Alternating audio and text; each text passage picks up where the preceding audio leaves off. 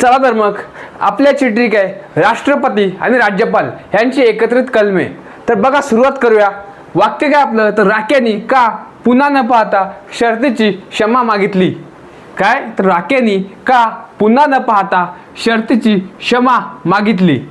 तर त्यानुसार आपण फोड केलेली आहे। बघा रा क्या नी नला न जोडलेलं आहे म्हणून परत डबल नी का पुन्हा न पाहता शर्ती श आणि मा।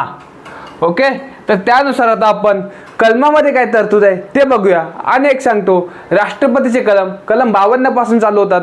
तर त्यानुसार आपण कलमे सुद्धा बघून घेऊया। तर बघा पहिले रा म्हणजेच भारताचे राष्ट्रपती। काय, भारताचे राष्ट्रपती। कलम 52 क्या म्हणजेच कार्यकारी अधिकार, राष्ट्रपतीचे कार्यकारी अधिकार। कलम 53 नी म्हणजेच राष्ट्रपतीची निवडणूक। काय, निवडणूक। कलम 54 दुसरा नी म्हणजेच निवडणुकीसाठी पात्रता।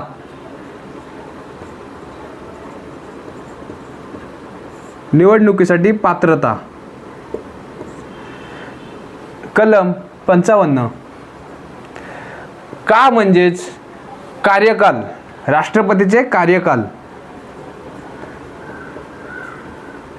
कलम 56 पुन्हा न पा म्हणजेच काय, पुनर्निवडणुकीसाठी पात्रता।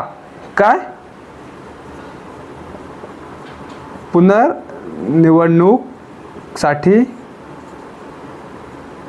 पात्रता। कलम 57 हता, हताच म्हणजेच काय, अहर्ता। हता म्हणजेच अहर्ता। तर काय, राष्ट्रपती पदाच्या अहर्ता। काय, हता म्हणजेच अहर्ता।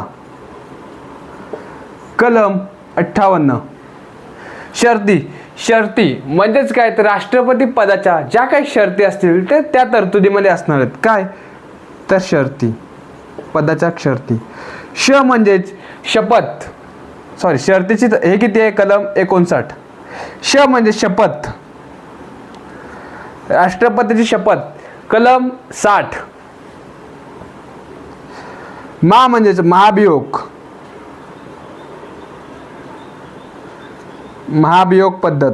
कलम 61 काय, 52 ते 61 आपण राष्ट्रपतीची कलम बघितली। परत बघा रा म्हणजेच भारताचे राष्ट्रपती, कलम 52। क्या म्हणजेच कार्यकारी अधिकार, कलम 53। नी म्हणजेच निवडणूक, कलम 54। दुसरा नी म्हणजेच निवडणुकीसाठी पात्रता, कलम 55। का म्हणजेच कार्यकाल, कलम 56। पुन्हा न पा म्हणजेच पुनर्निवडणुकीसाठी पात्रता। हता म्हणजेच अहर्ता। शर्ती म्हणजेच त्यांच्या काही पदाच्या शर्ती आहेत त्या, कलम 59। श म्हणजे शपथ, कलम 60। आणि म म्हणजेच महाभियोग, कलम 61। आता आपण राज्यपाल बघूया। बघा राष्ट्रपतीचे कलम आहेत त्यामध्ये पहिल्या 3 कलमामध्ये 101 प्लस करावे म्हणजेच काय, बघा 52 अधिक 101 किती होतं, तर 153 कलम होतो। तर इकडे 52 ला भारताचे राष्ट्रपती आहे, तर तिकडे 153 ला राज्याचे राज्यपाल। काय, राज्यांचे राज्यपाल। 101 ऍड केलं आपण। बघा बरं 53 अधिक 101 किती झाले, तर 154। इकडे काय, राष्ट्रपतीमध्ये 53 मध्ये तर कार्यकारी अधिकार, तर राज्यपालमध्ये कोणाचे असणार, तर राज्यपालांचे कार्यकारी अधिकार 154। आता 54 अधिक 101 किती, तर 155। इकडे काय, तर निवडणूक। तर एक सांगतो, राज्यपालांची निवडणूक नसते तर काय असते, तर राज्यपाल हे नेमणूक केले जातात कोणाकडे, तर राष्ट्रपतीद्वारे। म्हणून इथे राज्यपालांची नेमणूक।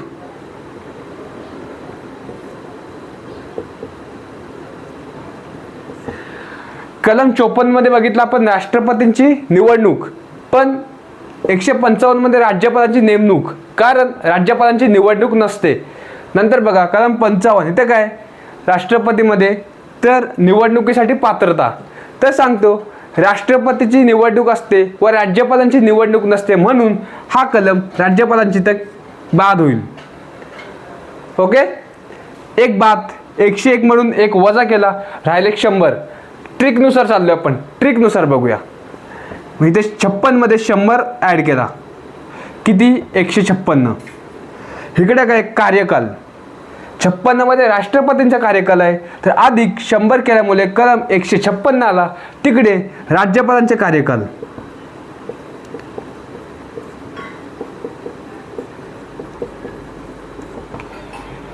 कलम 57 पुनर्निवडणुकीसाठी पात्रता. आपण काय बघितलं, राज्यपालांची निवडणूक असते की नेमणूक असते?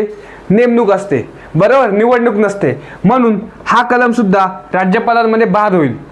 म्हणजेच आपण ट्रिकनुसार बघायला गेलं तर 100 वजा 1 राहिले 99. आता ते खाली कलम आहेत 58, 59, 60, त्याच्यामध्ये प्लस 99 करा. बघा 58 अधिक 99 किती, तर 157. कलम 157. इकडे 58 मध्ये काय, राष्ट्रपतींची अर्हता, तेच कलम 157 मध्ये काय जाणार, तर राज्यपालांची अर्हता.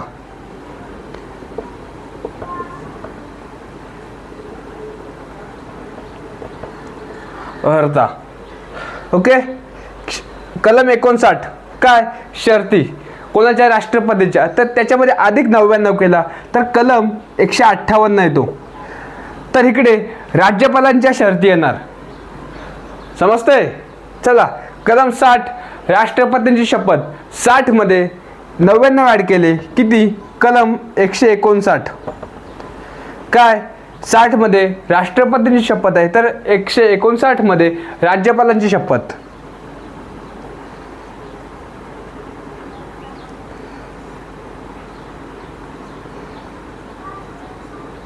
शपथ. आता इकडेच कलम 61 महाभियोग आहे, कोणाला, राष्ट्रपतीला. पण महाभियोग पद्धत फक्त राष्ट्रपतींवर असते, राज्यपालांवर नसते. राज्यपाल हे राष्ट्रपतींची मर्जी असे तोपर्यंतच आपल्या पदावर राहतात. राष्ट्रपतींची मर्जी संपली की ते आपल्या पदावरून दूर होतात, म्हणून त्यांची महाभियोग पद्धत नाही. महाभियोग पद्धत फक्त आपल्या राष्ट्रपतींवरच आहे. तर ही झाली आपली राष्ट्रपती आणि राज्यपाल यांची एकत्रित कलम. आता बघा, ट्रिकनुसार तुम्ही एकदा बघून घ्या, आणि अशा नवीन नवीन ट्रिक जाणून घेण्यासाठी तुम्ही आमच्या पेजला सबस्क्राईब करून ठेवा आणि लाईक करायला विसरू नका. धन्यवाद.